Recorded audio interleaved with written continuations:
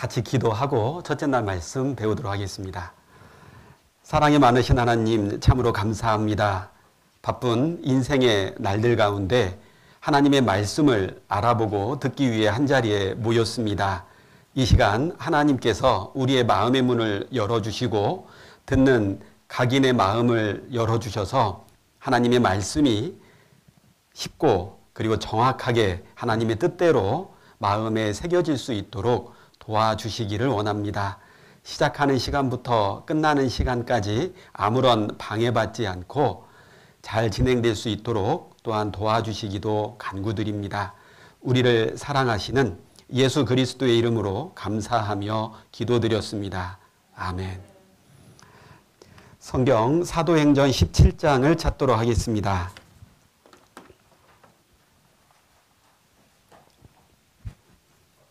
신약성경 217쪽입니다. 사도행전 17장 10절부터입니다. 찾으셨으면 10절 11절은 제가 읽고 12절은 같이 읽겠습니다. 밤에 형제들이 곧 바울과 실라를 베레아로 보내니 저희가 이르러 유대인의 회당에 들어가니라. 베레아 사람은 데살로니가에 있는 사람보다 더 신사적이어서 간절한 마음으로 말씀을 받고 이것이 그러한가 하여 날마다 성경을 상고하므로 그 중에 믿는 사람이 많고 또 헬라의 귀부인과 남자가 적지 아니하나. 잘 오셨습니다. 우린 살다 보면 하고 싶은 일들이 참 많습니다. 그리고 해야 할 일들도 많죠. 근데 어떤 경우에는 하기 싫어도 해야 하는 일들도 있습니다.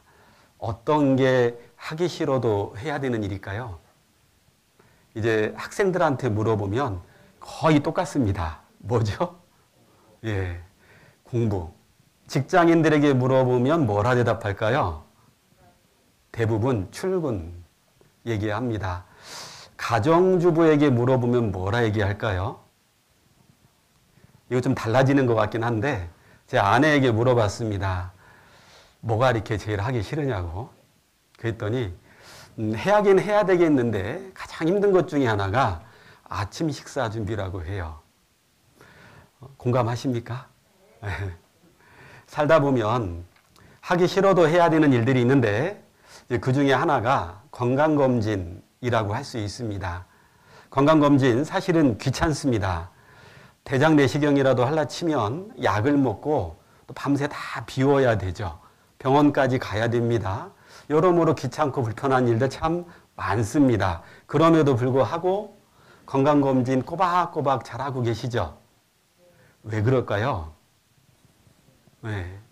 건강검진을 통해서 질병이 더 커지기 전에 빨리 치료할 수도 있는데 검진을 받지 않아서 그 병을 키워버리면 쉽게 고칠 수 있는 것도 힘들어질 수 있기 때문에 그러죠. 제가 이제 아는 집사님 중에 한 분도 이분은 해년마다 건강검진을 받는 분이에요. 그런데 예를 들면 작년 한 10월경에 받고 올 6월달쯤에 받으신 거예요. 그런데 이분이 그 8개월 사이 동안에 몸에 암세포가 생긴 겁니다. 그 건강검진을 그래도 빨리 받았기 때문에 초기에 발견할 수 있었고 치료를 할 수 있었습니다. 건강검진 귀찮지만 하기 싫지만 하는 이유는 그 결과가 치명적이기 때문에 그래요. 하나님에 대해서 알아보는 것도 그렇습니다. 건강검진에 빗대어 본다라면 우린 이번 한 주간 나의 영혼을 한번 검진 받아보려고 합니다. 오신 분들 중에는 나름 믿음 생활을 하고 계시는 분들도 있을 것 같아요.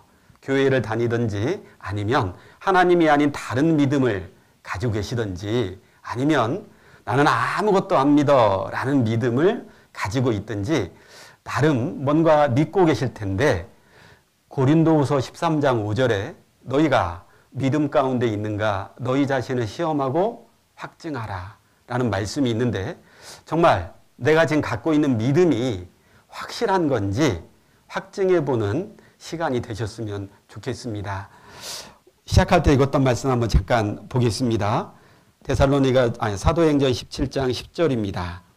밤에 형제들이 곧 바울과 실라를 베레아로 보내니 저희가 이르러 유대인의 회당에 들어가니라. 베레아 사람은 데살로니가에 있는 사람보다 더 신사적이어서.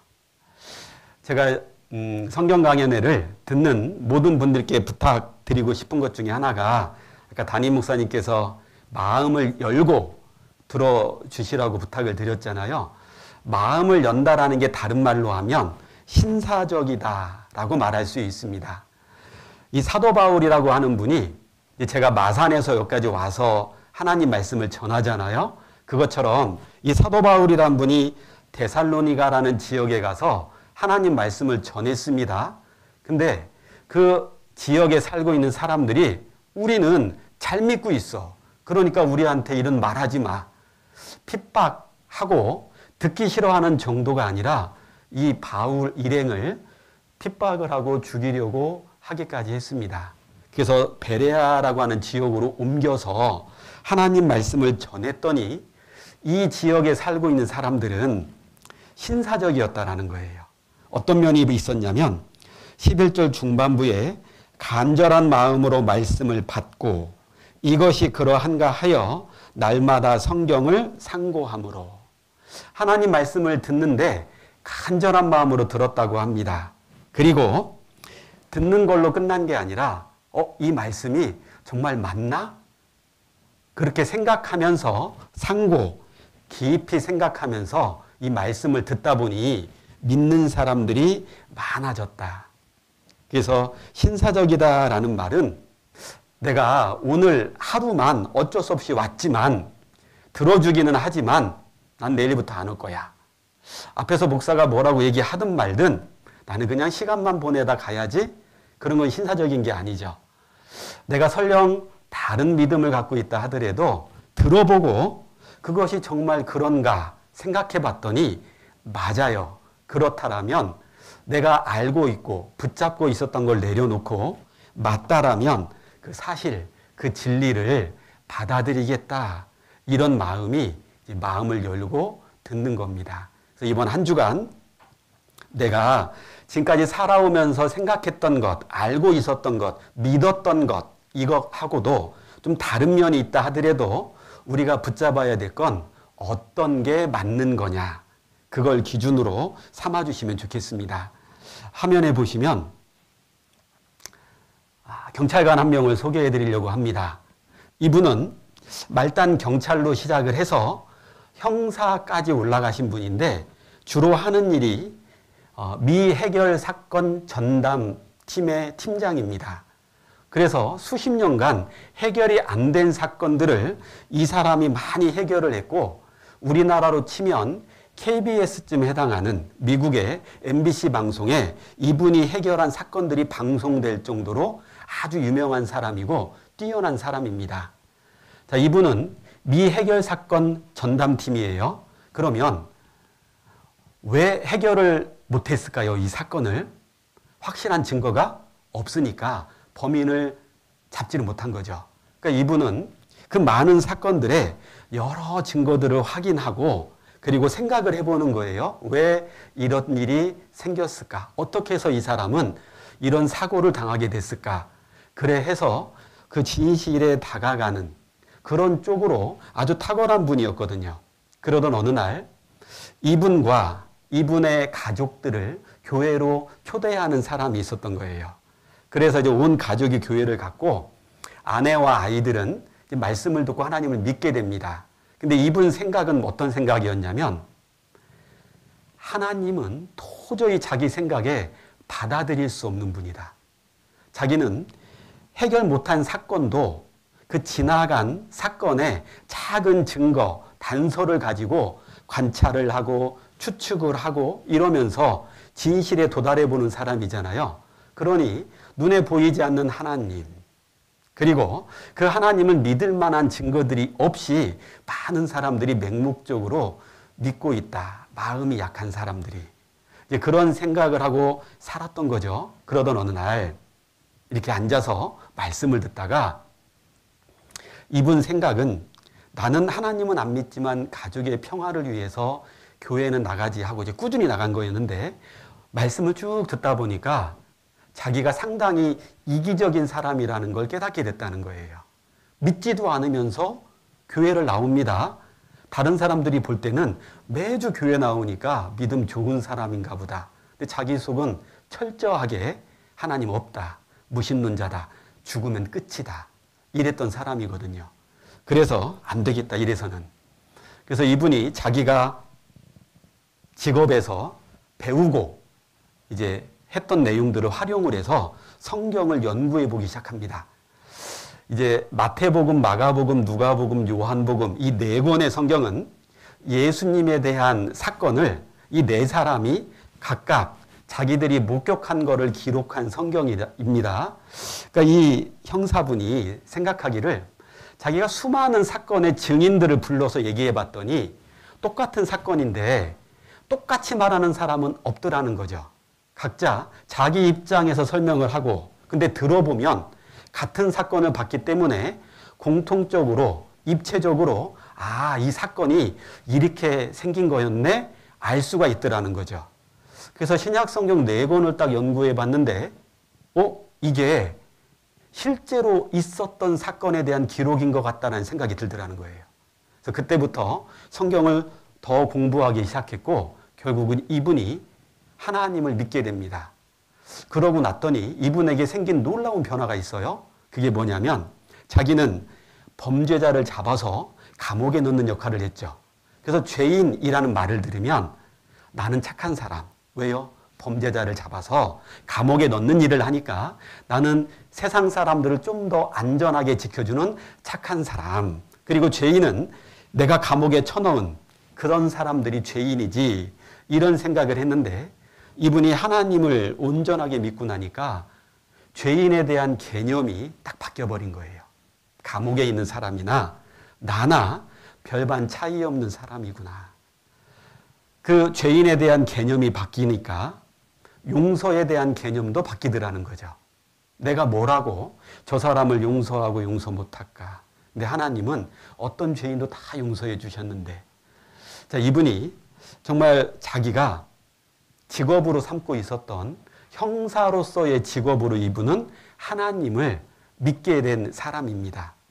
여기 앉아 계신 분들이 다양한 환경과 다양한 삶을 살아가실 텐데 하나님께서는 각자 형편에 맞게 역사해 주십니다. 그래서 누구나 하나님 말씀을 마음을 열고 잘 들어보시면 하나님을 믿을 수 있도록 되어 있습니다. 믿으려고 노력할 필요 없습니다. 한번 예를 들어 볼게요. 이 좀 어려운 질문인데 대답 잘해 주셔야 됩니다. 제가 남자입니까? 여자입니까? 대단하십니다. 딱 봐도 남자죠. 1초도 안 되는 순간 남자구나. 믿으십니까? 100% 믿습니까? 확실합니까? 네. 이 믿음이라고 하는 것은 내가 믿으려고 노력해서 믿어지는 게 아니거든요. 내가 저 목사 남자라고 믿어야 돼. 이래서 믿는 게 아니라 딱 보는 순간 남자구나. 자, 하나님은 우리 눈으로 볼 수 없습니다. 그렇기 때문에 하나님에 대해서 알아보는 시간을 좀 통해서 하나님을 알아보시게 되면 누구나 자연스럽게 믿어질 수 있습니다. 그래서 이번 한 주간 좀 잘 들어주셨으면 좋겠습니다.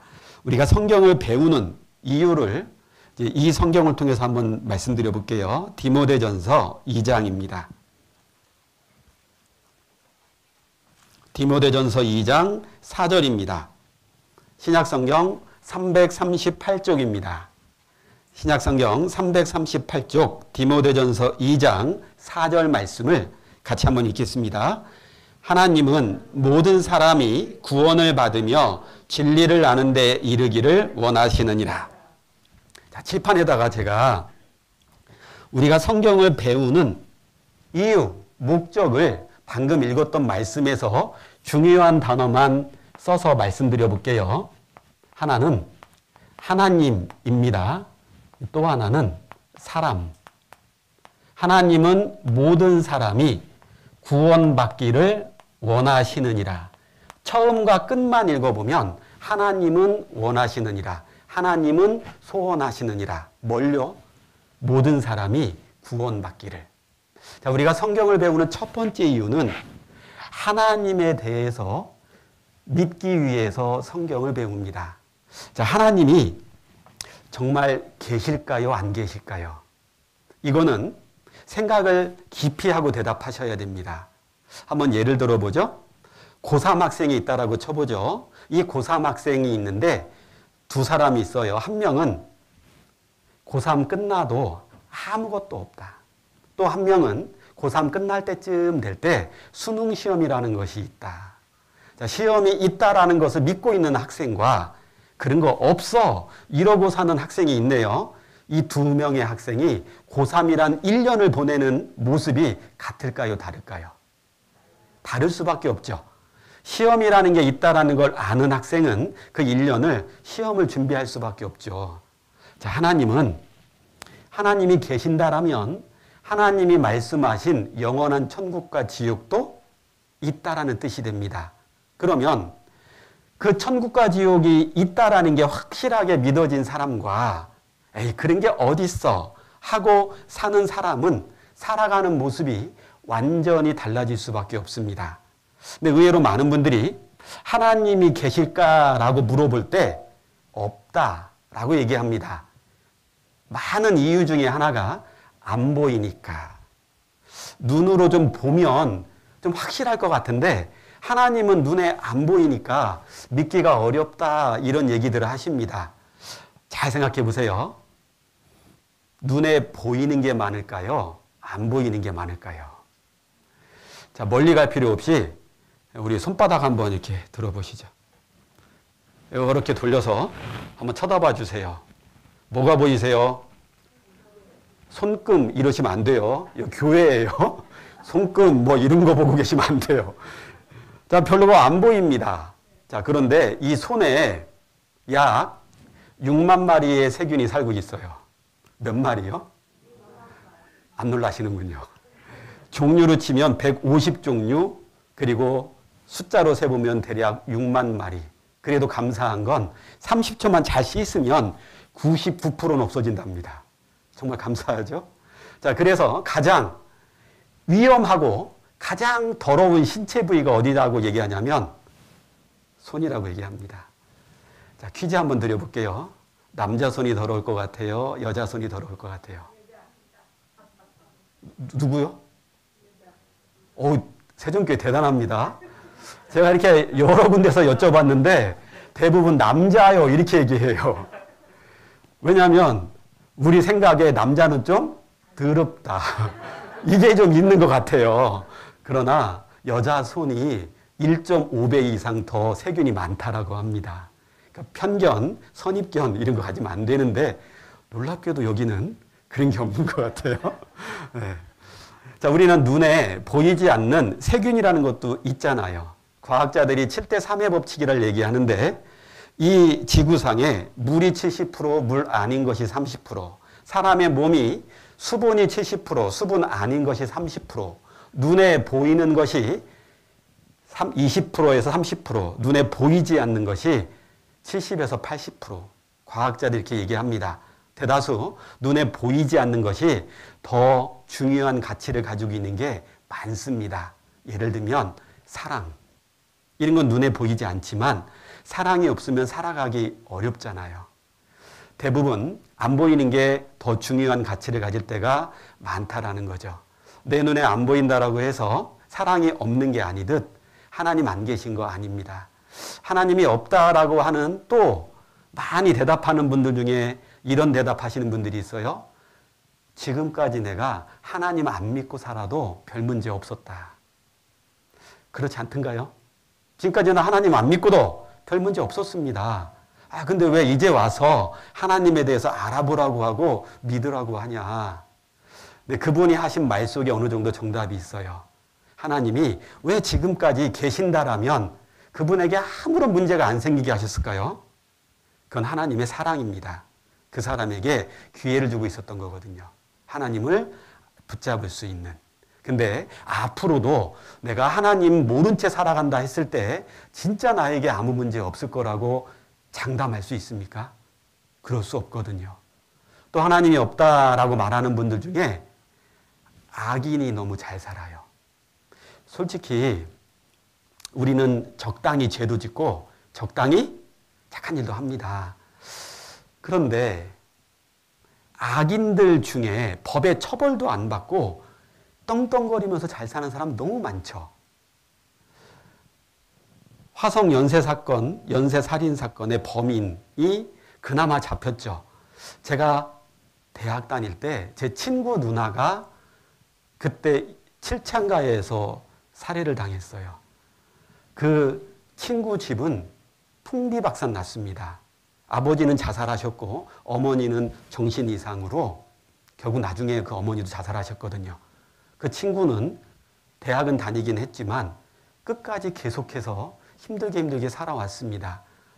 그렇지만 범인이 잡히는 사건도 있지만 안 잡히는 사건 많습니다.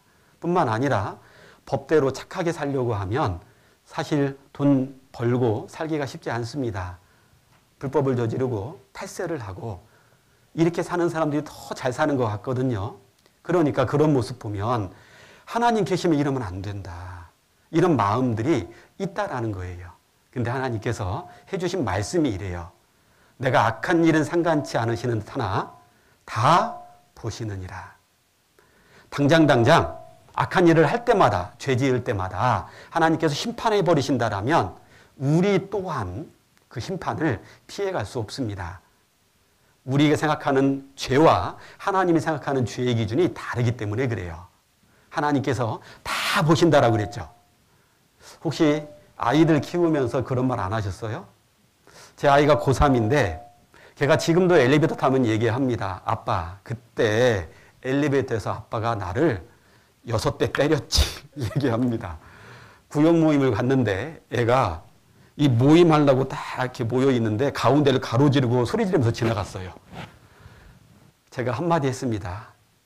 집에 가서 봐. 이렇게 얘기했습니다. 그리고 집에 올라가는 엘리베이터에서 이제 때렸습니다. 우리 자녀를 키울 때 너 집에 가서 봐. 되게 무서운 말이거든요. 하나님이 다 보고 계신다. 그 얘기는 심판 안 하시겠다는 얘기가 아니죠. 기다리고 계신다는 얘기입니다. 자, 하나님이 계시면 영원한 천국도 있고 지옥도 분명히 있는 겁니다. 그러면 내가 죽으면 끝이 아니라 영원한 세계가 따로 있다는 얘기가 되죠. 그래서 하나님에 대해서 알아보는 건 나하고 전혀 상관없는 문제가 아니라는 거예요. 나는 한 번 죽는 것은 사람에게 정하신 것이요. 나는 죽습니다. 문제는 그 뒤의 말씀이에요. 그 후에는 심판이 있으리니 그 심판을 통해서 천국과 지옥으로 나뉘거든요. 나랑 관련된 문제라는 거예요. 또 우리가 성경을 배우는 두 번째 이유가 뭐냐? 하나님은 모든 사람이 교회 다니는 사람이가 아닙니다. 모든 사람을 하나님은 구원받으라고 초대하고 계시는 거예요. 도대체 하나님께 사람이란 존재가 뭐길래 하나님은 교회도 안 다니는 사람까지 초대하시는 걸까요? 솔직히 나라고 하는 존재가 아주 뛰어납니까? 자, 객관적으로 우리 남성분들 저보다 잘생겼다 생각하는 분들만 손 들어주세요. 이렇게 막 올리고는 싶으나 목사님의 기분을 위해서 안 들고 계시겠죠? 자, 우리 살다 보면 정말 괜찮은 사람, 똑똑한 사람, 잘난 사람들 많습니다. 그리고 내가 나를 생각해봐도 객관적으로 그렇게 대단한 사람 같지는 않아요. 자, 그런데 내가 우리 집안에 3대 독자예요. 얘기가 좀 달라지죠. 제가 만일 3대 독자라면 저는 저희 집안에서는 가장 귀한 사람이 됩니다. 자, 하나님 앞에 사람이라고 하는 존재가 도대체 뭐냐라는 거예요. 나라고 하는 존재가 뭐냐라는 거예요. 아까 시작할 때 특송, 그게 전도서 3장에 있는 말씀을 통해서 만든 찬송가입니다. 천하의 범사에 기한이 있고 모든 목적이 이룰 때가 있나니 날 때가 있고 죽을 때가 있으며 심을 때가 있고 뽑을 때가 있으며 사람이 태어날 때가 있습니다. 그리고 언젠가는 죽을 때가 있어요. 기간이 정해졌다라는 얘기는 목적이 다 이루어졌을 때 이제 그 기한은 끝나는 거죠. 학교로 예를 든다라면 졸업장을 받습니다. 중학교 졸업장을 받는다라는 건 중학교의 기간이 이제 충분히 다 이제 어느 정도 갖추었다, 통과했다라는 뜻이 되잖아요. 자, 인생의 졸업장을 받게 되는 날, 죽는 날, 과연 나는 왜 내가 이 세상에 태어났는지 그 태어난 목적을 다 이루고 죽음을 건너갈까요? 많은 분들이 바쁘게 살다가 죽음이 점점 다가오면 이 죽음에 대한 생각을 하는데 그때가 되면 생각할 건강이 받쳐주지를 못합니다.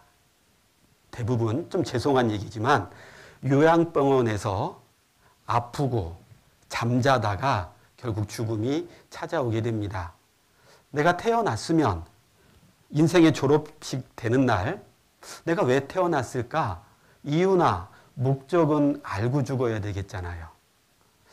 많은 분들이 왜 사세요? 라고 여쭤보면 쉽게 대답하기 어렵습니다. 한번 예를 들어보죠. 집에 강아지가 한 마리가 있습니다. 이 강아지가 왜 이 집에 있는지 생각 안 해도 되는 이제 고민을 하기 시작한 거예요. 나는 이 집에 왜 있지? 그래서 이제 옆집 개한테 물어봤습니다. 나 이 집에 왜 있는 것 같아? 옆집 개가 뭐라고 그랬을까요? 멍멍. 그런 거죠. 자, 옆집 개에다가 아무리 물어봐도 정답 알 수 있을까요? 없을까요? 없습니다. 누구한테 물어봐야지 정답을 알죠? 자기 주인에게. 주인님, 할 수만 있다라면, 주인님, 저는 왜 이 집에서 지금 키우고 계시는 거예요? 그럼 주인이 정확하게 얘기해 주겠죠. 네 이름이 왜 말복이겠니? 이게 무슨 용도예요? 예, 그렇죠. 언제요? 말복인 날. 그러면 이 강아지가 가장 개답게 살려면요. 개 같은 삶을 살려면, 자기의 목적을 다 이루려면 최대한 많이 먹고 피둥피둥 살을 찌워야 되겠죠. 자, 우리가 태어나서 살아가고 있습니다. 근데 우리는 어디서 와서 어디로 가는지도 모르기 때문에 중간 과정인 어떻게 살아야 되지? 이 부분에 대해서 정답 모릅니다. 자녀들이 부모에게 물어봅니다. 아빠, 왜 살아야 돼요? 뭐라 대답하실래요? 자녀가 그런 질문을 한다면 정말 섬찟하지 않아요? 삶의 목적을 못 찾겠다라는 거잖아요. 근데 부모도 모르니 쓸데없는 생각하지 말고 공부나 해. 나중에 어른 돼 보면 다 알아. 근데 우리 어른 됐잖아요. 지금도 알아요? 이제는 알게 됐습니까? 그런데 이거에 대한 정답은 하나님이 해주실 수 있다는 거예요. 하나님은 자신을 소개하기를 나는 이 세상을 창조했다. 태초에 하나님이 천지를 창조하시니라. 창조주이기 때문에 내가 이 세상에 왜 태어났는지를 하나님은 말씀해 주실 수 있는 겁니다. 그래서 내가 하나님 앞에 어떤 존재인지, 어떻게 살아야 되는지 이런 내용들도 성경을 통해서 우리는 확인해 보려고 합니다. 그리고 마지막에 구원입니다. 이 구원이라는 말이 중국으로 넘어가면 구조라는 말로 바뀝니다. 그래서 우리는 119 구조대라고 하잖아요. 근데 중국은 119 구조대, 119 구원대 같이 씁니다. 그래서 구조와 구원은 같은 개념이에요. 저는 수영을 못합니다. 다 수영하세요? 물에 안 뜨더라고요. 그래서 제가 예전에 이제 싱가포르라는 나라에 단기 선교를 갔을 때 거기는 아파트에 수영장이 있더라고요. 그래서 이제 수영을 한번 배워보려고 거기 있는 분에게 물어봤습니다. 어떻게 하면 물에 뜨냐고. 그러니까 이렇게 팔꿈치를 딱 대고 몸을 이렇게 다리를 계속 이렇게 하라는 거예요. 그래서 제가 무려 그거를 1시간을 했습니다. 나중에 보니까 여기가 까졌어요. 여기다 힘을 딱 주고 발장구를 치느라고요. 그러고 10년이 지났는데 아직도 안 떠요. 자, 이런 제가 바다에 빠졌습니다. 주변에 지나가는 배 한 척 없습니다. 제 힘으로 제가 살아날 수 있을까요? 없을까요? 없습니다. 다행히 119 헬기가 지나가다가 저를 발견하고 튜브를 던져주면, 줄 같은 걸 던져주면 나는 그거 붙잡고 살아날 수 있죠. 그걸 우리는 구조됐다, 물에 빠져 죽을 뻔하다가 구원받았다, 이렇게 말할 수 있죠. 성경에서 말하는 구원은 뭐냐? 사람이 죄로 인해서 지옥 가게 생겼는데 그 지옥에서 건짐받는 것, 그게 구원입니다. 지옥을 가는 이유는 죄이기 때문에 구원을 다른 말로는 그 죄를 다 사함받는 것이라고 말씀하고 계십니다. 그러니까 이번 한 주간 성경을 통해서 이 세 가지를 중점적으로 배우려고 합니다. 그래서 오늘부터 4일째 되는 날까지는 하나님이 어떠한 분인지를 계속해서 말씀드릴 거예요. 그리고 5일째 되는 날, 나라고 하는 사람이 하나님 앞에 어떤 사람인지를 알아보려고 합니다. 그리고 6일째 되는 날, 내가 만일 지옥 가는 사람이라면 어떻게 지옥에서 구원받을 수 있는가, 이거를 배워보려고 합니다. 하나님은 성경에 자신을 소개해 주십니다. 우리 보고 열심히 노력해서 하나님을 찾아라, 하나님을 만나라 이러면 우리는 하나님 못 만납니다. 내가 노력을 해서 만날 수 있는 분이라면 사실은 사람보다 조금 뛰어난 분이란 뜻이잖아요. 근데 하나님이 창조주이시기 때문에 우리하고는 차원이 다른 겁니다. 그래서 하나님은 우리 보고 노력해서 하나님만 찾아오라고 하신 게 아니라 우리에게 하나님이 찾아오십니다. 그래서 하나님이 우리를 찾아오셔서 하나님에 대해서 우리에게 소개를 하십니다. 그거를 이제 신학 용어로는 계시라고 합니다. 열어서 보여준다, 이런 뜻이거든요. 그리고 우리는 하나님께서 열고 보여주실 때 잘 보면서 들으면서 정말 그런가 생각하라라는 거죠. 그게 맞으면 아, 맞구나, 받아들이면 된다라는 겁니다. 우리 이번 한 주간 성경을 쭉 배우는데요. 화면 한번 잠깐 보실까요? 참 하루를 우리 바쁘게 살죠. 공부하느라고, 출근하느라고, 집안일 하느라고, 또 밭에서 일하느라고 정말 바쁘게 삽니다. 자, 그런데 예전에 어떤 정치인이 했던 말이긴 하지만 살림 좀 나아지셨습니까? 형편 좀 나아지셨습니까? 정말 바쁘게 열심히 사는데 정말 좀 뭔가 달라지셨나요? 자, 보니까 배가 고파서 요 도마뱀 잡아먹으려고 딱 잡았는데 도마뱀은요, 안 잡혀 먹으려고 지금 기를 쓰고 다리를 뻗고 있습니다. 아이고, 사자 참 불쌍하지 않아요? 한번 좀 잡아먹어 보려고 달려들었는데 뒷발에 체인, 일명 사자의 굴욕. 어쩌면 우리가 살아가는 이 세상의 삶들이 정말 열심히 해보려고 하고 하지만 내 뜻대로 안 되는 게 많다라는 거죠.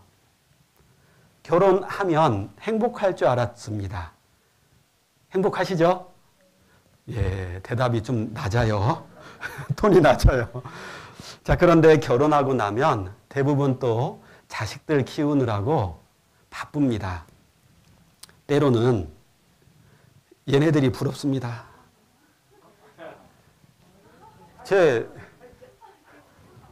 사람이 개를 목욕시켜주고 있습니다. 자, 개가 사람 목욕시켜주는 일 있어요? 없지 않습니까? 근데 사람이 개를 목욕시켜줘요.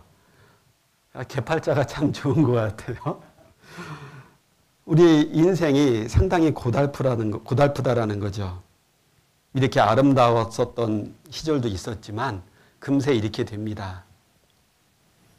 젊었을 때 힘자랑 좀 했지만 금세 이렇게 됩니다.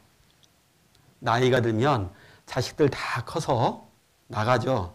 이제 두 분만 남습니다. 그나마 이분들은 괜찮은 거예요. 혼자 남는 분들도 많다라는 거죠. 명절 때 자식이 찾아옵니다. 어머니, 다음에 또 올게요. 야, 바쁘면 안 와도 된다. 그러면서도 떠나는 자식의 차를 붙잡고 좀이라도 더 보려고 하는 마음. 그러나 시간 더 지나가면 결국은 모든 인생의 결국이 죽음이라는 거죠. 그 무덤을 파보면 살아있을 때의 모습은 전혀 찾아볼 수가 없습니다. 시간 더 지나가 보면 저 뼈조차도 이제 흔적도 없이 흙으로 다 돌아가 있거든요. 그래서 이 인생을 어떻게 살아야 될까 고민 많이 해보는 분들이 대표적으로 철학자 그리고 예술가들이거든요. 그 중에 이 폴 고갱이라고 하는 이 화가가 자기 인생을 한번 생각해 보면서 그린 그림입니다. 제목이 나는 어디서 와서 나는 누구이며 어디로 가는가. 갓난아기, 열심히 사는 청년의 모습, 그리고 노년의 모습인 거예요. 우리는 순간순간은 살아가지만 결국은 이 시간을 맞이하게 될 겁니다. 그때 나는 내 삶의 목적을 다 이루었다라고 말할 수 있을까요? 신문에 난 한 작은 칼럼인데 생각해 볼 만한 내용이 있어서 잠깐 읽어드리겠습니다. 아프리카의 칼라하리 사막에는 스프링벅이라는 사슴이 서식하고 있다. 이 동물들은 푸른 초원에서 한가롭게 풀을 뜯다가 선두의 사슴 한 마리가 달리기 시작하면 모두 초원을 질주한다. 뒤에서 뛰는 사슴들은 왜 뛰는지도 모른 채 맹목적으로 속도를 낸다. 그러다 갑자기 눈앞에 절벽이 나타나면 앞에서 달리는 스프링벅은 속도를 줄이지 못한다. 뒤에서 질주하는 동물들에 밀려 계속 앞으로 달릴 수밖에 없는 것이다. 결국 스프링벅은 모두 절벽에서 떨어져 죽는다. 인생도 마찬가지다. 이웃이 집을 사니 나도 집을 사고 이웃이 자동차를 사니 나도 자동차를 산다. 자신이 어디서 와서 무엇 때문에 살며 어디로 가는지도 모른 채 무한질주 인생을 즐긴다. 그리고 여지없이 절벽으로 추락하는 비극을 맞는다. 그러면서 이분은 좀 너무 바쁘게 급하게만 살지 말고 여유를 갖자라는 취지로 이런 글을 남겼습니다. 어쩌면 우리 인생의 모습이 이 스프링벅의 모습과 같지는 않은가 생각이 들었습니다. 죽음이란 절벽 앞에 도착해서야 멈추고 싶지만 멈출 수 없는 하나님께서 우리 인생을 이렇게 말씀하십니다. 하나는 첫 번째는 우리의 연수가 70이요 강건 건강하면 80이라도 사람의 수명이 7, 80년 정도라는 거죠. 그러니까 뭘까요? 사람은 반드시 죽는다라는 겁니다. 두 번째로 우리가 날아가나이다. 그 인생이 너무 빨리 지나간다라는 거죠. 좀 행복한 시간이 많았으면 좋겠는데 그 인생의 대다수는 수고와 슬픔뿐이다. 좀 젊으신 분들은 공감이 안 되실지 모르겠지만 연세 드신 분들은 인생이 너무 빨라요. 그리고 수고하고 슬펐던 일. 저는 이제 명절 때 부모님 댁에 가면 저희 어머니가 하시는 말씀이 있어요. 내가 저 인간을 21살에 만나서로 시작을 합니다. 그래서 이제 그 파란만장한 인생을 다 얘기해 주시는데 하도 많이 들어서 이제는 정말 책을 쓰고 싶더라고요. 이게 너무 히트칠 것 같아요. 이게 드라마 만들면. 정말 대단했거든요. 근데 가만 보면 어머니가 행복했던 순간 몇 번 안 됩니다. 저는 제 위로 누님이 4분. 그리고 저예요. 제가 비록 이래도 귀한 아들이에요. 그래서 저희 어머니가 행복했던 순간 몇 개 뽑으시면 제가 태어난 날 맨날 아버지한테 딸만 낳는다라고 구박받았었거든요. 제가 태어난 날 그리고 뭐 제가 학교에서 상장 받아온 날이라든지 뭐 이런 몇 번. 근데 그런 거 빼고는 다 내용이 슬펐던 일들, 수고했던 일들. 그리고 그 어머니 레파토리의 마지막은 이렇습니다. 친정어머니 보고 싶다예요. 그 연세가 올해 82이신데도 지금도 마음속에 친정엄마에 대한 생각이 간절한 거예요. 우리가 하나님이 말씀해 주신 인생이 이렇다라는 거죠. 근데 많은 분들은 그 죽음에 대해서 언젠간 다 죽지. 그러나 나는 아니야. 지금은 아니야. 이런 생각들을 하고 있기 때문에 죽음 이후에 대한 준비를 잘 안 한다라는 거죠. 3일 전까지 28살 김종영 씨에게 교통사고는 나와 관계없는 일일 뿐이었습니다. 사람들은 평생 교통사고 당할 확률이 35%랍니다. 그래서 자동차 보험 들잖아요. 불과 일주일 전까지 32살 유수홍 씨는 그가 암 환자라는 사실을 모르고 있었습니다. 36%랍니다. 암에 걸릴 확률이요. 그래서 사람들은 암보험도 준비하죠. 자기에게 어떤 일이 닥칠지 예측이 안 되는 게 인생입니다. 자, 이거 한번 영상 잠깐 볼게요. 몇 초 뒤의 인생을 사람은 모르는 거죠. 지금 횡단보도를 건너가고 있는 겁니다. 1초, 2초, 3초, 4초, 5초, 6초, 7초, 8초, 9초, 10초, 11초. 11초 뒤에 자기에게 무슨 일이 일어날지를 몰라요. 그러니까 저 횡단보도를 건너는 겁니다. 근데 우리 인생이 그렇다라는 거예요. 저 재앙의 날이 나에게는 아직 임하지 않았을 뿐이지 언제든지 우리에게 닥칠 수 있는 일이죠. 장례식장 갔을 때 저 영정 속 사진 주인공이 내가 될 수도 있었던 거예요. 나에게 아직 그 죽음이란 재앙이 오지 않았을 뿐입니다. 그래서 하나님은 잔칫집에 가는 것보다 초상집에 가는 것이 유익하다라고 말씀하셨거든요. 초상집에 가면 나도 얼마든지 언제든지 죽을 수 있을 텐데 나는 과연 죽음 건너갈 준비가 됐을까라는 생각을 해보거든요. 그리고 돌아가신 고인은 과연 이 세상에 태어나서 자신이 태어난 삶의 목적을 다 이루고 가셨을까 생각해 보게 되기 때문에 그래요. 우리 인생이 얼마나 빠를까요? 이 할아버지가 10대, 30대, 50대, 80대 자기 사진을 찍은 걸 다 액자로 안고 있죠. 자, 옆에 있는 저거는 인생을 성냥개비로 비유한 거예요.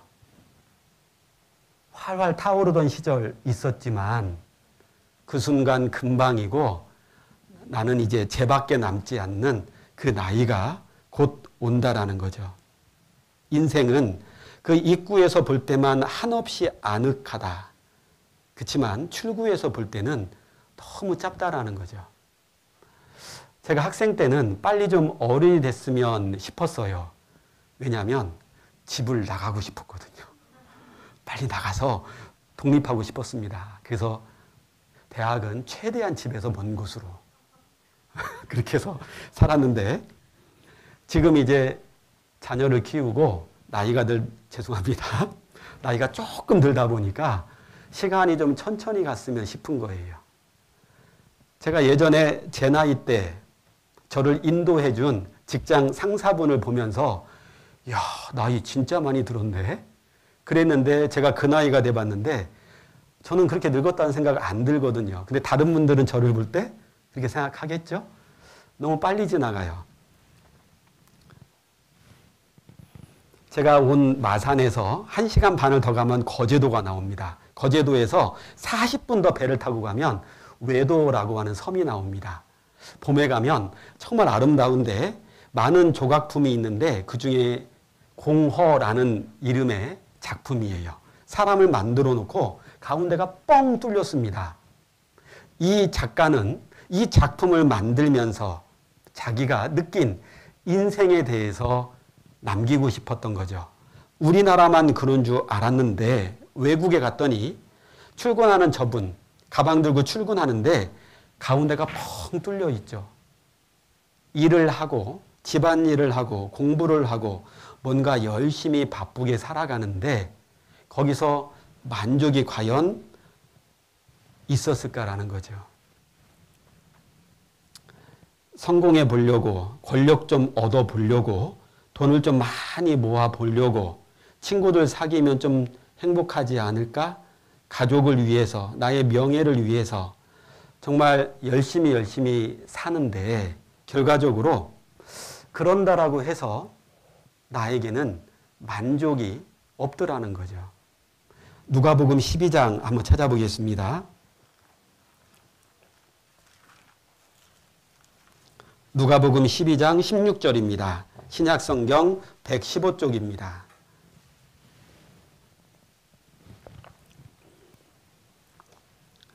누가복음 12장 16절 또 비유로 저에게 일러 가라사대 한 부자가 그 밭에 소출이 풍성하매 심중에 생각하여 가로되 내가 곡식 쌓아둘 곳이 없으니 어찌할꼬 하고 또 가로되 내가 이렇게 하리라 내 곡간을 헐고 더 크게 짓고 내 모든 곡식과 물건을 거기 쌓아두리라 또 내가 내 영혼에게 이르되 영혼아 여러 해 쓸 물건을 많이 쌓아두었으니 평안히 쉬고 먹고 마시고 즐거워하자 하리라 하되 하나님은 이르시되 어리석은 자여 오늘 밤에 내 영혼을 도로 찾으리니 그러면 내 예비한 것이 네 것이 되겠느냐 하셨으니. 자, 한번 저를 보시죠. 예수님께서 누구나 모든 사람들의 인생을 이 부자의 비유로 들어서 말씀해 주고 계십니다. 한 부자가 있었습니다. 밭에 소출이 풍성합니다. 농사가 잘 됐다라는 거죠. 혹시 농사 지어 보신 분들은 농작물들은 밭주인의 발걸음 소리를 듣고 큰다라는 말 들어보셨습니까? 이 농사가 잘 되려면 이거 보통 부지런하지 않으면 안 돼요. 근데 이 사람은 정말 밭의 소출이 풍성했습니다. 부지런히 살았다는 얘기죠. 그러니 그 풍성한 소출을 쌓아둘 곳이 없어서 창고를 헐고 더 크게 지었습니다. 우리식으로 한다라면 집도 좀 한 2채 정도 사놓고 통장도 몇 개 좀 준비해 놨다는 거예요. 그리고 나서 생각하기를 영혼아 여러 해 쓸 물건을 많이 쌓아두었으니 평안히 쉬고 먹고 마시고 즐거워하자. 이 부자는 여러 해 쓸 재물을 딱 준비해 놓고 나니까 자기 영혼이 이제 좀 만족하고 행복할 줄 알았다라는 거죠. 근데 하나님의 말씀은 이래요. 어리석은 자여. 이 어리석다라는 말이 원어로 보면 또 한편에는 속은 자라는 뜻도 있습니다. 어리석은 자여, 속은 자야. 오늘 밤에 내 영혼을 도로 찾으리니 그러면 내 예비한 것이 네 것이 되겠느냐. 오늘 밤에 내 영혼을 찾아가 버리면 하나님이 숨을 거두어 가버리면 그 사람이 여러 해 쓸 물건 쌓아둔 거 자기에게 아무 유익이 없잖아요. 그래서 하나님이 자기를 위해서는 그런 계획들을 많이 세워놓고도 하나님 만날 준비, 죽음 건너갈 준비를 하지 않은 이 부자를 향해서 어리석다 이렇게 얘기했다라는 거죠. 우리가 열심히 바쁘게 잠도 못 자고 그러면서 부지런히 사는 이유가 뭘까요? 좀이라도 어제보다는 나은 오늘을 위해서, 오늘보다 나은 내일을 위해서 좀 행복해 보려고 그러죠. 근데 대다수의 분들이 그 행복을 뭘로 찾으려고 하냐면 여기 한번 보시죠. 한국인이 행복하려면 1등이 결혼이라고 합니다. 속으로만 대답하세요. 결혼해 보시니까 행복해 죽겠던가요? 이럴 때 대답 잘 하셔야죠. 남편이나 아내가 근처에 있으면 네 하고 그게 대답해야 되는데. 자, 결혼하면 행복할 거다. 건강하면 행복할 거다. 돈이나 명예가 있으면 행복할 거다. 그러나 이 모든 것들이 결국은 자기 영혼을 위한 것은 없잖아요. 사람이 아무리 결혼을 하고 건강을 찾고 돈을 벌고 명예를 얻는다 하더라도 그걸로 만족이 안 되고 마음 한가운데에 뻥 뚫린 것 같은 그런 기분이 드는 이유는 사람이 몸만 있는 게 아니기 때문에 그래요. 몸만 있는 거라면 이런 걸로 우리는 진짜 행복하고 만족해야 되잖아요. 그러나 사람에겐 영혼이 있기 때문에 몸을 위한 것을 아무리 채워줘도 어느 정도의 만족감은 올라갈지 몰라도 진정으로 행복할 수는 없다라는 거죠. 그래서 이번 한 주간 내 영혼에 대해서 한번 생각해 보려고 해요. 제가 이 그림을 보고 너무 공감이 됐습니다. 비슷한 그림들은 참 많이 있어요. 저 당나귀가 나예요. 그 당나귀 눈앞에 당근이 하나 놓여져 있죠. 당나귀는 저걸 좀 먹어보려고 달려가는데 아무리 달려도 먹을 수 있나요, 없나요? 눈앞에서 왔다 갔다 하니까 잡힐 것 같아요. 근데 안 잡혀요. 그 당나귀 위에 타고 있는 저걸 보면 어떤 느낌이 드세요? 좀 옛날에 봤던 무슨 저승 발음이 안 되네요. 저승사자 같다. 뭐 이런 느낌 좀 들죠. 이 그림을 그린 사람이 죽음이라고 표현을 하시더라고요. 저러다가 결국은 이 죽음이 나를 절벽으로 끌고 들어간다라는 거죠. 눈앞에 좀 뭔가 성취할 것 같았는데 그러다가 결국은 인생의 노년이 찾아오고 생각해 볼 겨를 없이 아프다가 주무시다가 의식을 많이 못 차린 상태로 계시다가 결국은 죽음을 건너가게 된다라는 거죠. 그래서 우리는 하나님께서 모든 사람을 초대하시잖아요. 이렇게 살으라고 우리를 만드신 게 아니라는 거예요. 임사호천이라는 말이 있습니다. 사람이 죽을 때가 되면 하늘을 찾는다. 여기서 말하는 하늘이 단지 별들이 떠 있는 시퍼런 하늘일까요? 우리나라 조상들은 하늘 하면 곧 하나님이었잖아요. 사람은 죽을 때가 가까워지면 하나님을 찾는다. 여기서는 아무리 돈이 많든 명예가 많든 누구나 벗어날 수는 없습니다. 대표적으로 삼성그룹을 창시한 이병철 회장님. 이분이 시작이 어디였냐면 마산에서 쌀 장사로 시작하신 분이에요. 자전거로 쌀 배달 시작하셔서 삼성그룹을 일구신 분입니다. 근데 이분이 죽음을 앞두고 인생에 관한 근본적인 질문들을 하는데 그중 하나가 신, 즉 하나님의 존재를 어떻게 증명할 수 있을까? 신은 우주 만물의 창조주라는데 무엇으로 증명할 수 있을까? 영혼이란 것은 무엇인가? 인간이 죽은 후에 영혼은 죽지 않고 천국이나 지옥으로 간다는 것을 어떻게 믿을 수 있나? 성경이 하나님의 말씀인지 어떻게 증명할 수 있는가? 죽음을 앞두고 이분은 본연의 질문을 한 겁니다. 하나님을 찾은 거예요. 그러나 안타깝게도 이분은 그 대답을 듣기 전에 암이 급속도로 퍼지는 바람에 대답을 듣지 못하고 돌아가셨습니다. 이분만 그런 게 아니에요. 북한에서 평생을 신은 없고 김일성이 신이다라고 하는 공산주의 사상을 평생을 배웠고 그리고 이제 남한으로 내려와서 남한 대통령의 목을 따기 위해서 왔습니다 했던 그 김신조라고 하는 북한의 특수부대 출신. 이 사람도 신은 없고 죽으면 끝이고 이렇게 살던 이 사람이 정작 이제 국군들에 의해서 포위가 당하고 목숨이 왔다 갔다 하는 상황이 되니까 근본적인 질문이 딱 나오더라는 거예요. 잠깐 한번 보여드릴게요.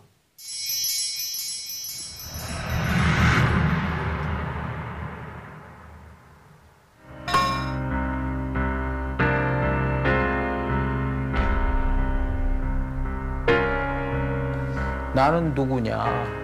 나는 누구냐? 그러면서 마음에 서글픔이란 게 오더라고. 나는 살고 싶다. 이 생애의 책이죠. 북한에서 저런 훈련을 받고 그 고생을 하고 내려와서 그 배운 대로 하면 어떻게 해야 되죠? 자폭용 수류탄 터뜨리고 죽어야 되잖아요. 근데 그 죽음의 순간에 서니까 나는 누구냐라는 거죠. 그리고 살고 싶다라는 마음이 왜 생길까요? 내가 이 세상에 왜 왔는지, 내가 누구인지 답을 아직 못 찾은 거죠. 우리도 죽음을 맞닥뜨리게 되면 많은 생각이 들 것 같아요. 그러나 문제는 우리가 죽음에 맞닥뜨릴 때 이런 생각을 할 수 있는 여력이 남아 있을까라는 거예요. 순식간에 사고가 일어날 수도 있고요. 아파서 그런 생각조차 하지 못할 수도 있거든요. 그래서 지금 기회가 있을 때 이 부분을 생각하고 알아보자는 거죠. 요한복음 1장 1절을 찾도록 하겠습니다.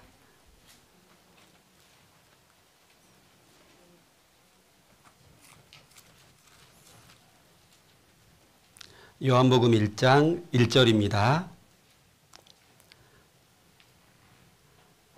같이 한번 읽겠습니다. 태초에 말씀이 계시니라. 이 말씀이 하나님과 함께 계셨으니 이 말씀은 곧 하나님이시니라. 제가 끝부분만 다시 읽을게요. 이 말씀은 곧 하나님이시니라. 성경에 기록되어 있는 이 말씀이 곧 하나님이다. 그러니까 하나님께서는 이 성경 말씀을 마치 자신을 대하라 이렇게 말씀하신 거예요. 지금은 좀 이해하기는 어렵지만 조선시대 정도까지만 가봐도 어명이요 이러면 그 어명을 받는 사람은 마치 눈앞에 왕이 있는 것처럼 무릎을 꿇고 절을 하고 그 어명을 받습니다. 심지어 그 어명 내용에 사약을 받아라.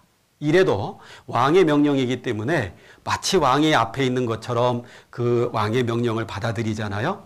그것처럼 사람의 말 한마디, 왕의 말 한마디도 그 왕과 같은 그런 작용을 하잖아요. 하나님께서는 이 성경 말씀이 곧 하나님 자신과 같다 이렇게 표현을 하신 겁니다.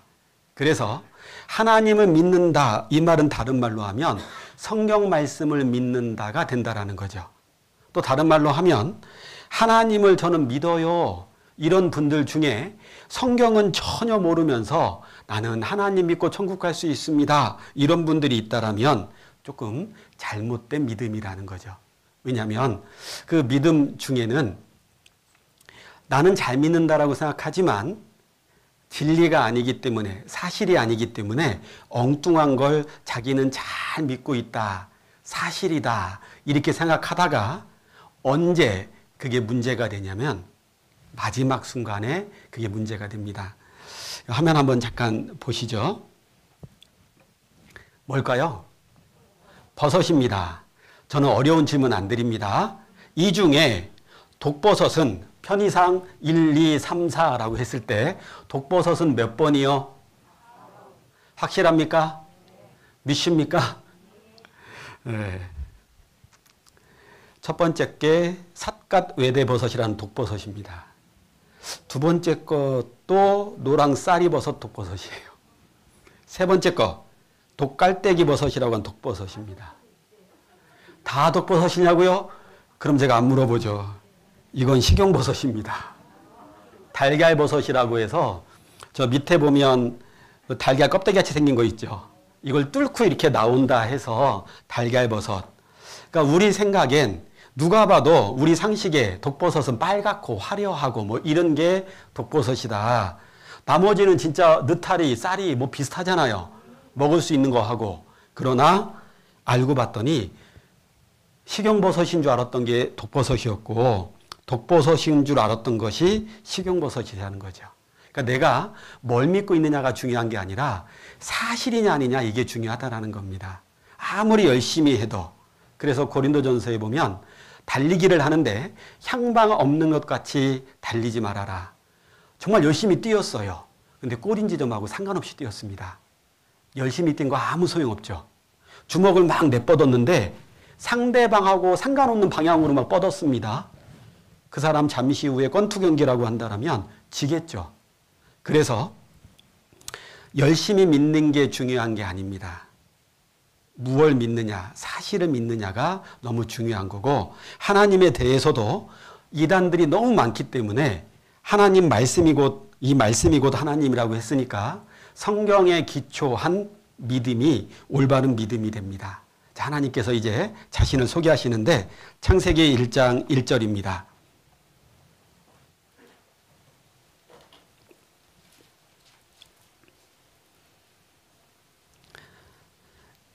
찾으셨으면 같이 한번 읽겠습니다.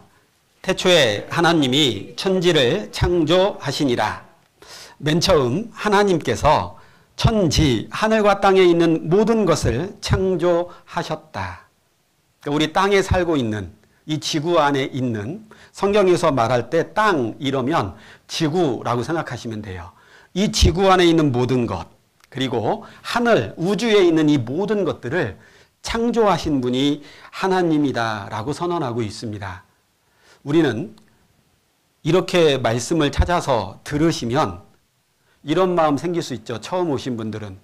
아니, 이건 당신은 목사니까 이거 믿을지 몰라도 나는 아직 안 믿어지는데? 이거는 하나님의 주장이잖아요. 내가 이 세상을 창조했어. 그러니 이 주장이 사실이 되려면 어떻게 하면 될까요? 창조했다라는 증거가 있으면 되잖아요. 그래서 이 성경을 배울 때 하나님의 말씀을 찾고 그리고 그 말씀이 사실인지 증거를 찾아보려고 합니다. 그래서 그 증거가 우연히 몇 개는 맞을 수 있겠죠. 그러나 계속 맞는다라면 그때 어떤 생각해야 될까요? 맞구나라고 생각하시면 되겠죠. 앞에 이제 화면 한번 보시죠. 이 뭔지 아십니까? 여성들이 들고 다니는 디올. 집에 이런 거 하나씩 다 굴러다니죠. 가격이 360만 원밖에 안 해요. 남편이 하나씩 사오잖아요.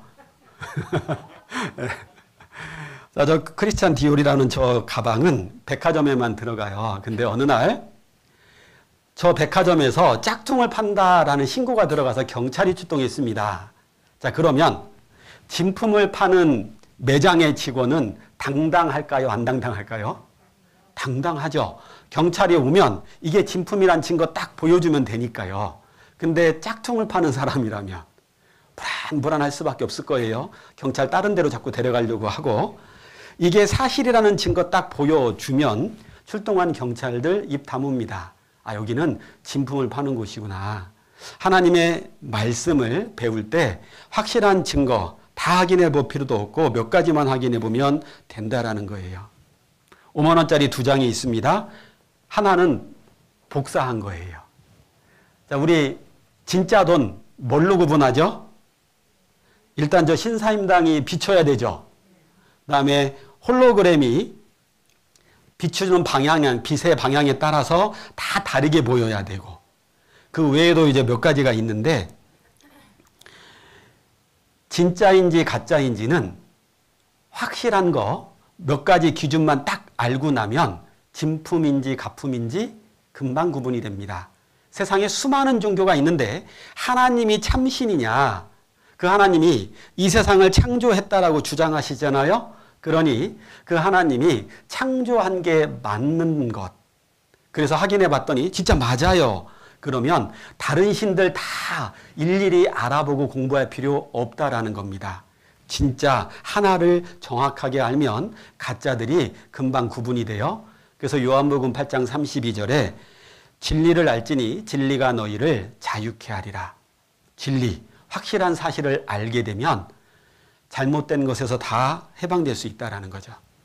자, 하나님이 상식선에서 해주신 말씀이에요. 히브리서 3장 4절 말씀인데 같이 한번 읽어볼까요? 집마다 지은이가 있으니 만물을 지으신 이는 하나님이시라. 자, 집마다 지은이가 있으니 여기까지는 다 동의되시죠? 자, 저 말씀을 한번 잘 생각해 보죠. 집마다 지은이가 있으니. 자, 집을 지으려면 어떻게 짓겠다라는 계획을 세우죠. 그걸 설계라고 합니다. 그리고 지금이야 이제 시공사에게 맡기지만 예전에는요. 집을 이렇게 지어야지 해놓고 이제 자기가 그 집을 짓습니다. 그러니까 집마다 지은이가 있으니 그러니까 설계가 있다라는 얘기고요. 그걸 그대로 지을 수 있는 솜씨, 능력도 있다라는 뜻이 돼요. 만물을 지으신 이는 하나님이시라. 그래서 지어진 집을 보면 이 집을 설계하고 만든 사람의 능력, 수준, 솜씨 이거 금방 구분되잖아요. 그래서 하나님은 집 한 채도 지은 분이 그러니까 가로 열고 설계하고 만든 사람이 있는 것처럼 이 세상에 있는 모든 만물은 지으신 분이 하나님이다라고 선언하고 있습니다. 혹시 예전에 이 영화 보신 적 있으세요? 부시맨. 예. 이 원시 생활을 하고 있었던 부시맨 니카우라는 사람이 이 부족의 어느 날 미국의 비행기 조종사가 콜라를 먹고 콜라병을 휙 던져요. 그게 이제 이 부시맨 종족 마을에 떨어진 겁니다. 그걸 맨 처음 발견한 사람이 이게 뭘까 하고 이제 궁금한 겁니다. 근데 모르죠. 그래서 이거 가지고 이렇게 후 불어봤더니 소리가 예쁘게 나는 거예요. 아, 이거 악기인가 보다. 근데 이제 다른 사람이 가져가더니 그거 가지고 단단한 야자 열매를 딱 때렸더니 깨지는 거예요. 요거는 단단한 거 깨는 도구야. 또 그걸 빌려간 사람이 반죽을 문지르는데 너무 잘 문지러지는 거예요. 이거는 반죽 문지를 때 쓰는 거야. 자, 왜 이 부시맨 종족들이 하나의 콜라병을 가지고 저런 생각을 할까요? 자기들이 만들지 않았으니까요. 그래서 이제 나중에는 서로 이 콜라병 뺏으려고 이 종족 안에서 다툼이 벌어집니다. 그래서 이제 추장이 결단을 합니다. 니카우, 네가 가서 이 콜라병을 만든 사람에게 이거 전달해 주고 와라. 그래서 이제 미국 시내로 이제 가는 코카콜라 회사를 찾아가는 이게 그 영화입니다. 제가 이 영화를 보면서 저 원시 생활하는 원주민들도 우연히 저절로 생기는 건 없다라는 걸 알고 있구나. 만든 존재가 있다라는 거를 알고 있는 거구나. 근데 우리는 원시 생활 하진 않잖아요. 좀 그래도 배웠고 이성이라는 게 있지 않습니까? 그래서 하나님이 창조하신 것이 맞나 들어보시고 잘 생각해 보시면 맞구나라는 것을 인정하실 수 있게 됩니다. 자, 저거 말이 뛰어가는데 갑자기 눈이 막 내리더니 저렇게 됐을까요? 아니죠. 만든 사람이 있는 겁니다. 드라이 하는데 눈이 많이 내려서 저렇게 된 걸까요? 저렇게 만든 거죠. 아이가 쭈그리고 앉았는데 눈이 막 내려서 저렇게 된 거? 아니죠. 저렇게 만든 사람이 있는 거예요. 기중기까지 동원해서 얼음으로 저렇게 건물을 짓는 사람들이 있는 겁니다. 얼음 축제 때요. 만든 사람이 있는 거죠. 이거 보면 어떤 생각 드세요? 1번, 돌 던져서 무너뜨리고 싶다. 2번, 대단하다. 대단하죠? 이거 우연히 저절로 돌멩이들이 해오리 바람 타고 저렇게 쌓여졌을까요? 누가 저렇게 쌓아 올렸을까요? 쌓아 올린 겁니다. 저거 대단하죠? 그러면 서울에 있는 123층짜리 롯데타워, 저게 우연히 있을 수는 없잖아요. 누군가 만든 사람이 분명히 있는 겁니다. 벌집은 누가요? 벌이. 제비집은 누가요? 제비가. 개집은 누가요? 안 넘어오시네요. 개 이러실 줄 알았는데 사람이. 이런 빌딩은 사람이. 그러니까 만든 존재가 다 있다라는 겁니다. 우리가 살고 있는 이 지구도 만든 존재가 반드시 있어야만 합니다. 너희는 눈을 높이 들어 누가 이 모든 것을 창조하였나 보라. 단순히 보라는 뜻이 아니죠. 생각 좀 해봐라 이런 뜻인 거죠. 창세로부터 그의 보이지 아니하는 것들 곧 그의 하나님의 영원하신 능력과 신성이, 신성이라는 말은 지혜라는 뜻을 가지고 있습니다. 또는 솜씨 이런 뜻을 가지고 있거든요. 그러니까 하나님이 만들어 놓은 걸 보면 하나님의 능력과 솜씨, 지혜가 분명히 보인다. 그래서 하나님 계신 걸 우리가 알 수 있다는 뜻이죠. 25만 원짜리 원목 계집, 단돈 5천 원짜리 계집. 자, 이 계집 만든 사람의 능력과 솜씨 아시겠죠?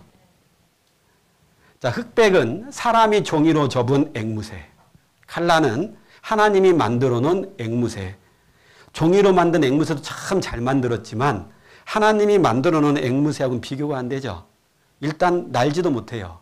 알도 못 낳습니다.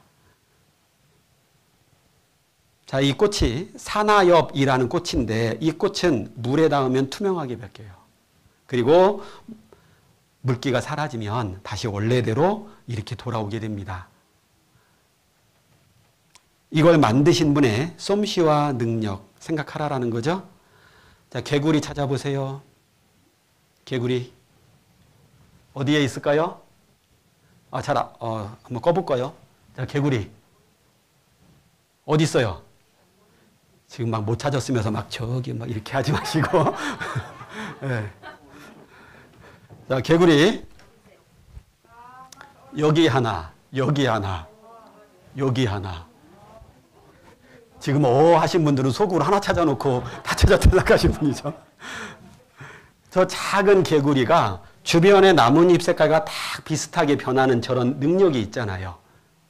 이걸 개구리를 만든 분의 능력과 신성을 좀 생각하라라는 거죠. 이거 부엉이게요, 올빼미게요? 구분하는 법 알려드릴게요. 머리가 동그라면 이응, 올빼미. 머리가 네모나면 비읍, 부엉이예요. 이건 뭐예요? 올빼미. 근데 저 나무랑 너무 똑같지 않아요? 능력과 신성. 자, 이 곤충은 날개가 나뭇잎 모양인데 벌레가 뜯어먹은 모양의 날개라는 거예요. 너무 대단하죠? 이걸 만든 분의 능력과 신성 좀 생각하라라는 거죠. 이 새가 지금 뭐 하는 걸까요? 사람들이 나보고 새대가리래. 뭐하러 살아? 죽자. 자살일까요? 아닙니다. 놀랍죠? 저는 더 놀라운 게 하늘을 날다가 저 구멍 밑에 자기가 먹을 수 있는 물고기가 지나간다는 걸 알고 뛰어든 게 대단한 것 같아요. 대단하죠? 예. 개미나 벌이나 물고기들이 떼를 지어 다니면서 활동을 하는데 우리가 좀 우습게 생각했던 개미집 있죠? 이 개미집이 어마어마합니다. 사람이 만든 건축술보다도 더 뛰어나다라고 해요. 어렸을 때 개미집 보면 물 부었거든요. 근데 저런 엄청난 일을 하고 있었더라고요. 사람이 만든 첨단 과학기술로 만든 건축물보다도 이 작은 미물에 해당하는 개미가 만든 집들이 저렇게 뛰어나다라는 거예요. 화면 보시면 이 믹 피어스라는 사람이 남아공에서 너무 더우니까 근데 우리는 전력을 이렇게 만들어낼 능력도 안 되니까 자연 환기가 되는 건축물을 좀 만들어 주세요 라고 요청을 받게 돼요. 그래서 결국 완성을 하게 돼요. 그런데 뭘 보고 완성했냐? 흰 개미집의 구조를 본따서 만들게 됩니다. 그래서 이게 전경이에요. 여기는 지나가면 에어컨도 안 켰는데 온도가 대략 25도쯤에서 왔다 갔다 한답니다. 자, 그러니 사람은 하나님이 만들어 놓은 개미집을 보고 본따서 이런 건물들을 만들게 되죠. 자, 그러면 누구의 솜씨와 능력이 더 좋다라는 거죠? 하나님이. 그래서 보시면 사람들이 자연을 베낀다. 최첨단 기술이라는 게 결국 뭐냐? 하나님이 만들어 놓은 자연에 가장 가까워지는 것. 그래서 올빼미에게 소리 없이 나는 스텔스 기능을 배우게 된 거고 곤충의 눈을 통해서 카메라의 렌즈를 더 좋게 만들게 되고 그래서 자연을 모방하는 것이 최첨단 기술이다. 하나님의 솜씨와 능력에 대해서 우리가 좀 생각을 해본 거예요. 이제 그 하나님께서 이제 이런 말씀을 하신 겁니다. 자, 이런 건물이 그냥 생길 수는 없죠. 이런 설계도에 의해서 그리고 설계도가 있다는 얘기는 설계한 사람이 있다는 얘기가 되죠. 하나님은 이 성경에다가 이 세상 우주 만물을 창조하신 설계도를 넣어 놓으셨어요. 그래서 우리는 그 설계도를 말씀을 통해서 확인하고 그 설계도대로 지어졌는가 확인해 보면 하나님께서 우주 만물을 창조하신 게 맞구나 믿을 수 있다라는 거예요. 시간 관계상 화면에 띄우는 말씀으로 보도록 하겠습니다. 약 3,500년 전에 기록된 욥기의 말씀인데요. 지면은 식물을 내나 땅바닥에는 식물들이 자라지만 지하 땅속은 불로 뒤집는 것 같다. 자, 우리가 디딛고 사는 땅은 식물들이 자랍니다. 근데 땅속에 불덩어리가 있다라는 것을 과연 상상이라도 할 수 있을까요? 밑에서 불이 부글부글 끓고 있으면 위에도 다 익어버릴 것 같잖아요. 상상하기도 어려운 내용인데 3,500년 전에 하나님은 말씀하셨고 지금 지구 내부는 저렇게 생겼다. 불덩어리가 부글부글 끓고 있다. 그런데 하나님은 그 불이 있다라고 말하는 것도 놀라운데 뒤집는다라고 표현하셨죠? 이 지구 내부에 불덩어리들이 뒤집히고 있는 겁니다. 뒤집히고. 그래서 3,500년 전 저 하나님의 말씀이 사실이다라는 게 밝혀졌는데 대략 이게 밝혀진 거는 100여 년 정도밖에 안 됐습니다. 그럼 3,500년 전 말씀하신 설계도가 100여 년 전에 맞다라고 밝혀졌다라는 거예요. 땅 속에 불덩어리가 있다라는 게 사실이라는 거예요. 그리고 뒤집는다라는 것도 사실이고요. 또 3,500년 성경에 누가 그 도량이라는 말은 크기, 무게 이런 뜻이고요. 누가 그 준승이란 건 건축할 때 나무를 자를 때 이제 양쪽 끝에다가 먹줄 딱 튕겼다 놓으면은 밑에 싹 선이 생기죠. 그것 따라서 이렇게 이제 톱질도 하고 하잖아요. 그 준승, 그 직선 거리라는 뜻입니다. 자, 하나님께서 누가 하늘에 있는 이 별들의 크기나 무게를 정했고 별과 별 사이의 거리를 그 위에 그만큼으로 딱 정해놨는지 너 혹시 알아? 하고 말씀하신 거예요. 하나님이 만드셨다라는 거거든요. 지구가 어디에 있을까요? 우리 지구 생각보다 안 커요. 요게 지구입니다. 지구보다 큰 거 엄청 많죠. 아니 하나님 요새 땅값도 비싸고 아파트값도 비싼데 한 지구를 한 요만하게 만들어 놓으시면 얼마나 좋아요. 그런 생각 할 수도 있잖아요. 근데 하나님은 딱 지금 크기의 지구여야만 사람이 살 수 있다라는 거예요. 좀 이따 한번 배워볼게요. 일단 하나님께서 위치를 쭉 잡아 놓으셨는데 지구 바깥에 큰 행성들을 많이 놔뒀습니다. 그래야지만 우주를 떠돌아다니는 행성들이 여기 와서 다 부딪혀서 요 지구까지는 안 들어온다라는 거죠. 만약에 목성이나 토성이 없으면 지금보다 1000배 이상이나 더 위험해진다라는 거예요. 그리고 간혹 목성이나 토성을 살짝 비껴서 지구까지 오는 행성도 있겠죠. 근데 그런 것들은 대부분 대기권을 통과할 때 다 타버립니다. 그래서 하나님께서 정확하게 이런 위치를 잡아 놓으셨다.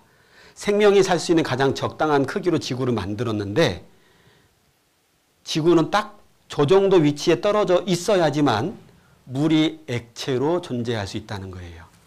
금성까지 가면 여기는 태양과 너무 가까워서 온도가 대략 180도, 사람 못 삽니다.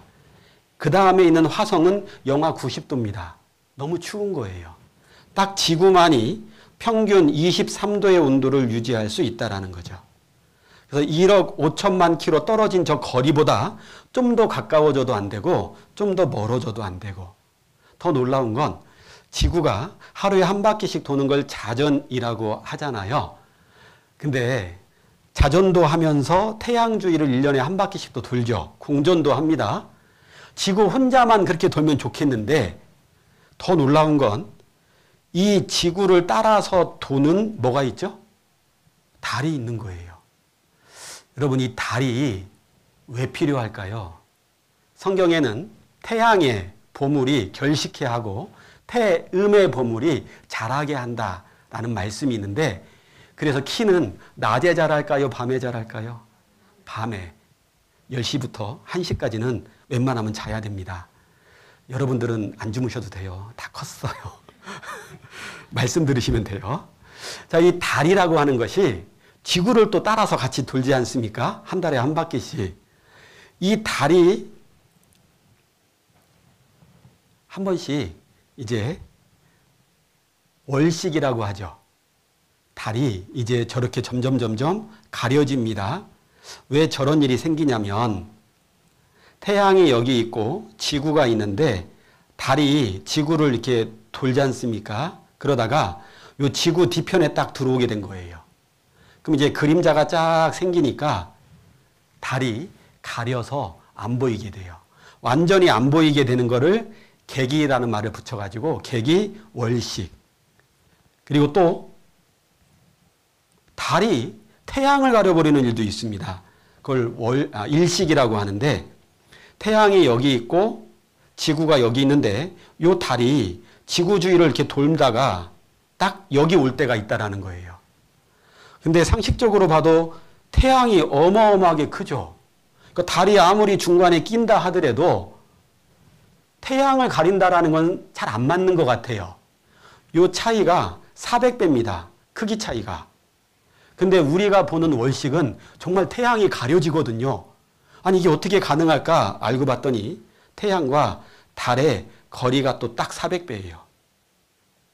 그래서 400배 나는 크기를 400배 나는 거리로 커버해버린 거예요. 그래서 저 뒤에 있으니까 작게 보이겠죠. 달은 지구에서 가까이 있으니까 커 보이고요. 그래 해서 그 400분의 1밖에 안 되는 달이 태양을 가리는 일식이라는 것도 생기게 된다는 거죠. 그러면 우리가 한번 좀 생각을 해봐야 되겠죠. 아주 우연히 태양이 달보다 400배 크고 아주 우연히 거리가 딱 400배고 지구와 달의 거리에서 달과 태양까지 그게 모든 게 우연일까요? 저절로일까요? 아니면 누군가가 그렇게 정확하게 딱 맞춰놓은 걸까요? 확실한 거는 우연은 절대 불가능하다라는 거죠. 그러면 저렇게 위치를 정해놓고 크기를 정한 창조주가 있어야만 한다라는 겁니다. 자, 계속 볼게요. 3500년 전 욥기 36장 내용입니다. 그가 하나님이 물을 가늘게 이끌어 올리신즉, 물을 가늘게 끌어올리는 걸 과학에서는 지구과학에서는 증발이라고 하고요. 그것이 안개되어 비를 이루고 이걸 응결이라고 하고요. 그것이 공중에서 내려 사람 위에 쏟아지느니라 강수 현상이라고 합니다.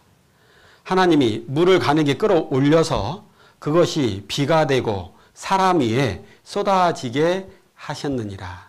그리고 그 물은 다시 흘러서 바다로 가죠. 그러니 비가 아무리 많이 내려도 지구상에 있는 물을 가지고 하나님이 올려서 쏟아붓는 거니까요. 물의 양은 지구상에 항상 일정하다라는 거죠. 근데 이걸 알게 된 때가 언제냐? 지금부터 약 500년 전입니다. 근데 하나님은 3500년 전 성경에 설계도를 아예 써놓으신 거예요. 그리고 많은 신문에서 수증기가 이동하는 것, 물이 이동하는 것은 3500년 전 성서, 성경에 이미 기록되어 있었다라고 발표를 합니다. 그리고 번개에 대한 내용입니다. 그가 하나님이 번개빛으로 여기만 볼게요. 만민을 세상 사람들을 징벌, 벌 주시고 식물, 음식물을 풍비히 먹을 수 있는 음식물을 많이 주신다. 뭘로요? 번개로. 우리는 번개로 벌 준다라는 건 좀 이해하죠. 제가 어렸을 때 시골에 살았거든요. 이제 그 동네에 한 40여 가구 사는 작은 시골 마을이었어요. 그런데 그 시골 마을이라 할지라도 동네에 망나니 같은 애 하나 꼭 있죠. 그래서 이제 할머니, 할아버지들이 햇빛 쫙 비치면 자리 펴고 앉아 계시죠. 이제 망나니 같은 애가 딱 지나가면 어르신들이 뭐라 그러게요? 저런, 뭔지 아시죠? 배랑 맞아? 이렇게 합니다.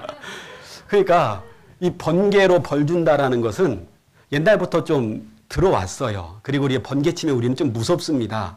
근데 이 번개가 우리가 먹는 음식하고 무슨 관계가 있냐라는 거예요.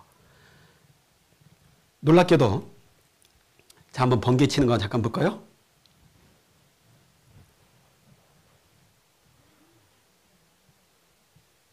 자, 번개 저렇게 치면 무서울 수밖에 없는 거예요. 자, 그런데 저 번개가 많이 치잖아요. 번개가 잦으면 농작물 20% 중수, 천둥번개가 잦으면 풍년 든다. 관측을 해보니까 하여튼 번개가 많이 치는 해에는 먹을 게 많아진 건 맞더라는 거죠. 근데 과학자들은 이유가 뭘까 이게 궁금합니다. 자, 농사 짓는 분들이 이제 봄이잖아요, 지금. 이제 비료 많이 씁니다. 근데 질소 비료는 다른 비료보다 좀 더 많이 줍니다. 이유가 있어요. 질소, 인산, 칼륨을 같이 주더라도 토양에 인산과 칼리는 오래 유지되지만 질소는 빨리 없어집니다. 그래서 질소 비료를 많이 주게 되는데 이 질소가 작물에 식물이 흡수하면 탄수화물과 화합하여 질소 동화 작용으로 단백질을 만들어냅니다. 자, 이 단백질이 왜 중요하냐면 단백질은 세포의 필수 구성 원소가 돼요. 그러니까 세포가 많아야지 크다라는 뜻이 되니까 생물이 이용 가능한 자유질소는 토양에서 가장 부족하다. 그러니까 땅에서 질소를 흡수하기란 어렵다라는 거죠. 근데 또 공기 중에는 가장 많아요. 문제는 공기 중에 있는 저 많은 질소를 그냥은 흡수가 안 된다라는 거예요. 반드시 식물이 흡수할 수 있는 형태로 바뀌어야만 된다라는 거예요. 그 역할을 해주는 게 뭐냐? 번개가 해준다는 얘기죠. 번개는 엄청난 에너지니까 한번 빠방 칠 때 공기 중에 있는 이 기체 성분들이 바뀌는 거예요. 그래서 공기 중에 이 많은 질소가 일산화질소로 일산화질소와 다시 이산화질소로 그리고 물과 섞여서 질산으로 바뀌어서 땅속으로 떨어집니다. 그럼 그제서야 이제 식물은 질산으로 바뀌어야지만 흡수할 수 있다는 거예요.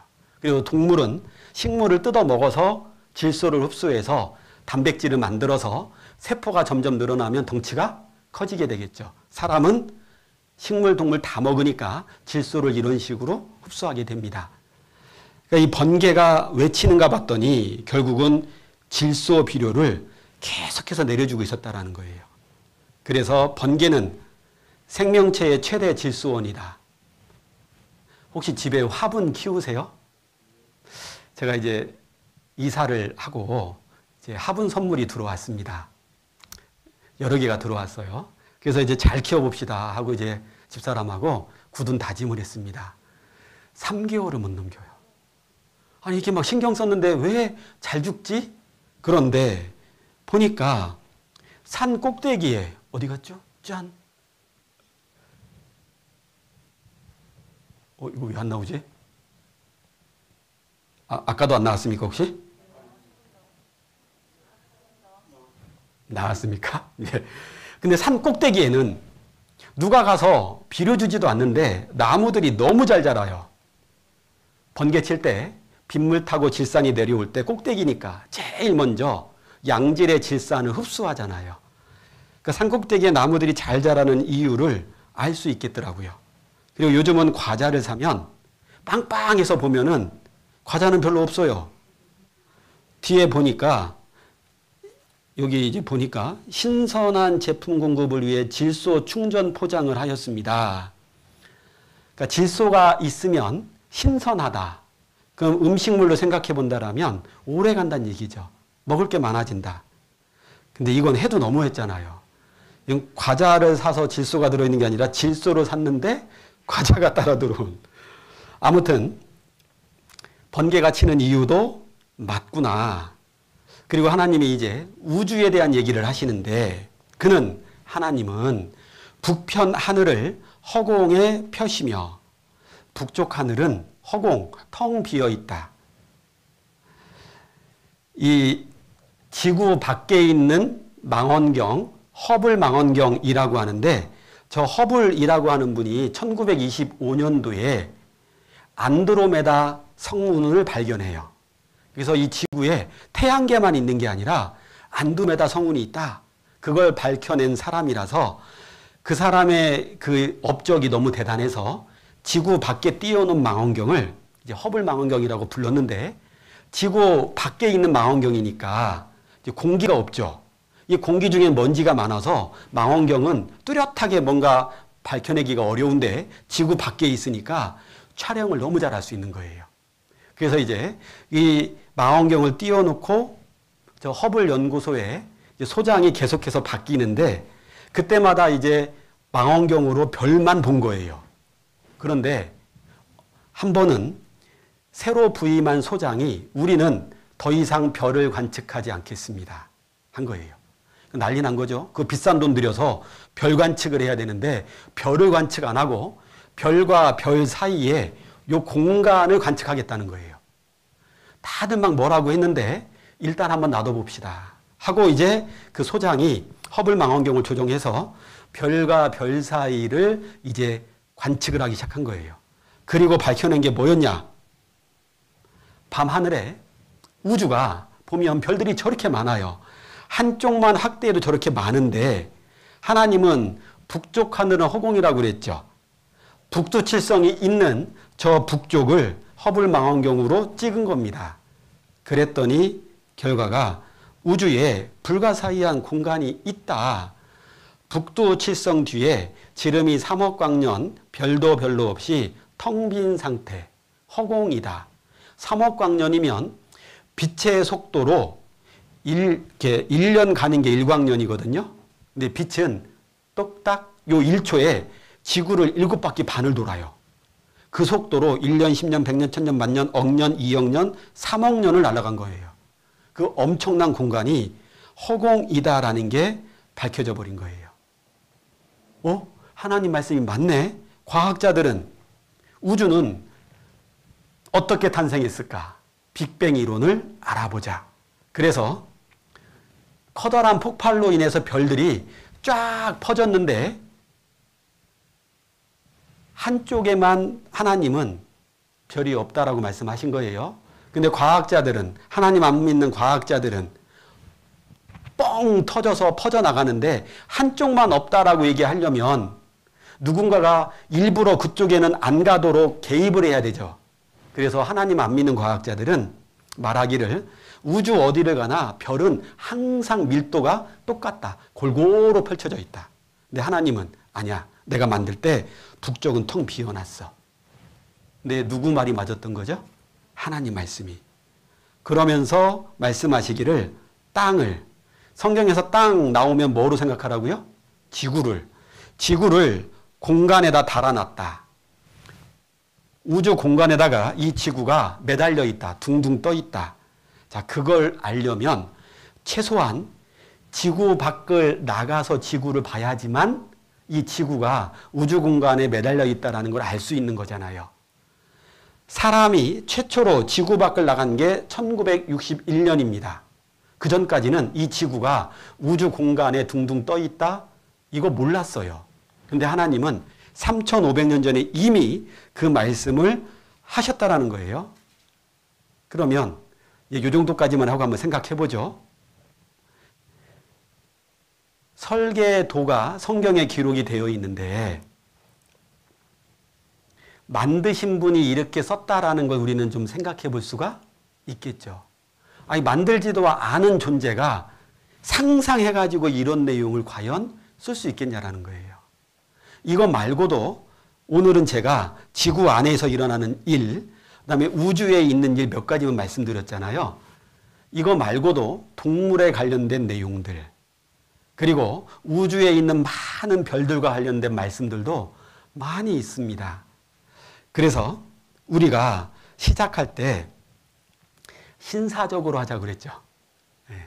간절한 마음까지는 안 하셔도 되는데 그런가 하여 생각해 보면서 말씀을 들어보자고.